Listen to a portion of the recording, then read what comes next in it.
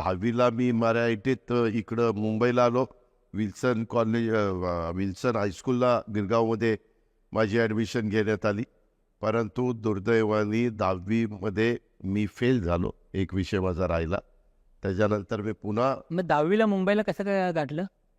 साहेब इथं होते, सुप्रिया इथं होती.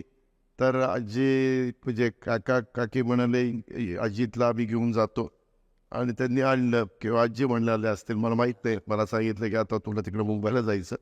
आलो, परंतु मला ते सगळी मुंबई काही मानवली नाही आणि माझं ते अपयश झालं.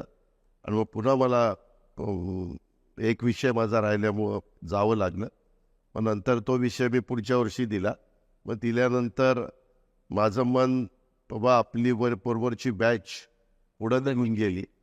मग काय करायचं तर मग मी कोल्हापूरला शहाजी कॉलेजला ॲडमिशन घेतली आणि मग मी कोल्हापूरला तिकडं गेलो आणि तिकडं कॉलेजचं शिक्षण केलं. सुप्रिया